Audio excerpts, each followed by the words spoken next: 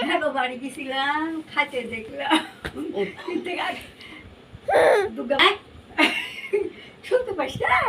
হ্যাঁ হ্যাঁ হ্যাঁ গো, একেবারে